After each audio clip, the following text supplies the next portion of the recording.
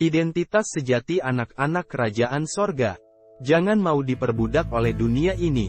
Rencana dan tujuan Tuhan satu-satunya mengapa menciptakan planet bumi dan menjadikan manusia di bumi adalah untuk memperluas wilayah kerajaannya, mulai dari sorga hingga ke planet bumi.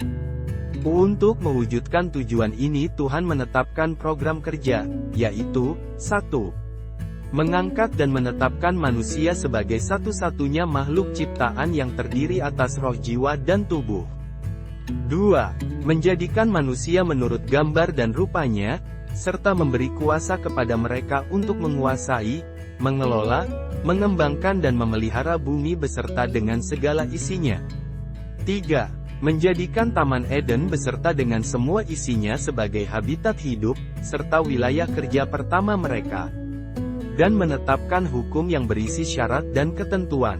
Jadi, kita harus terus mengingat bahwa tujuan Tuhan menjadikan bumi adalah sebagai koloni baru kerajaannya. Untuk memperluas teritori kerajaannya, bukan untuk membawa agama ke bumi. Dalam hal ini, manusia dijadikan bukan sebagai budak, atau pemeluk agama, melainkan sebagai anak-anak raja yang bertugas untuk menyebarkan ideologi, budaya dan gaya hidup kerajaan Tuhan di bumi. Kolonisasi ala raja-raja dunia adalah menjadikan warga negara jajahan hanya sebagai alat atau budak. Mereka tidak mempunyai privasi dan hak atas apapun, baik hak atas dirinya sendiri maupun hak atas harta benda. Semuanya diambil alih oleh penjajah. Seperti inilah yang dialami oleh rakyat Indonesia ketika dijajah oleh Belanda dan Jepang. Dengan status sebagai budak, kemerdekaan berpikir, bertindak dan berkreasi sama sekali tidak boleh ada. Mereka harus menerima identitas sebagai budak. Sebab jika mereka mulai merdeka berpikir, akan menjadi bumerang bagi penjajah.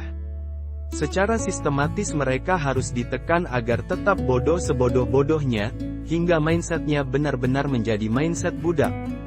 Pada akhirnya mereka menerima kondisi ini sebagai satu-satunya kebenaran, bahwa memang mereka adalah budak, bukan manusia merdeka.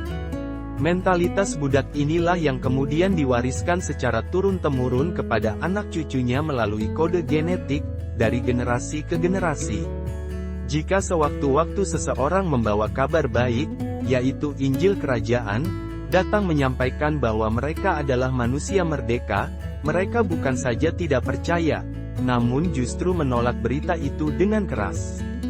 Inilah sesungguhnya kebodohan yang sempurna dan inilah kemenangan iblis atas manusia.